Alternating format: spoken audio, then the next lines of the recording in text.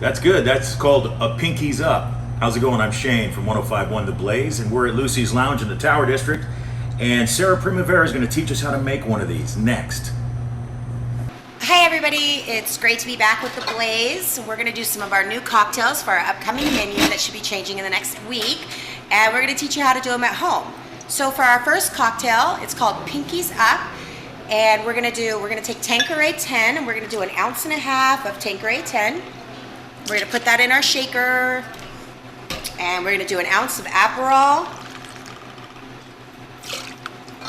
And we are going to add a little bit of essence. So we have this rhubarb, yuzu, rosemary essence. It's really good.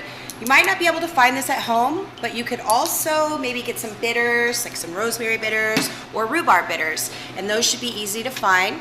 And we're also going to do a little bit of honey syrup, just 1/2 ounce. It doesn't take a lot. We don't want it to be too sweet. Then we're going to add ice to this. Give it a nice little shake.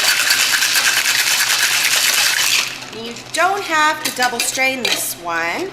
So we're going to add ice into the cocktail. So we're going to pour our liquor in.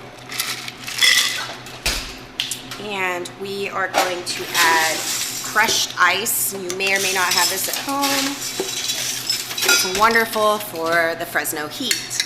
We're going to add Fever Tree. This is a grapefruit soda. It's a sparkling grapefruit soda. We're going to just pour that right on top. Oh, I got a little extra in there. And we're going to garnish it with a little fresh rosemary and fresh flowers. So this is really great for a brunch cocktail. This is great to have your friends over and impress them. It's a simple mix, but it's a really tasty and very refreshing.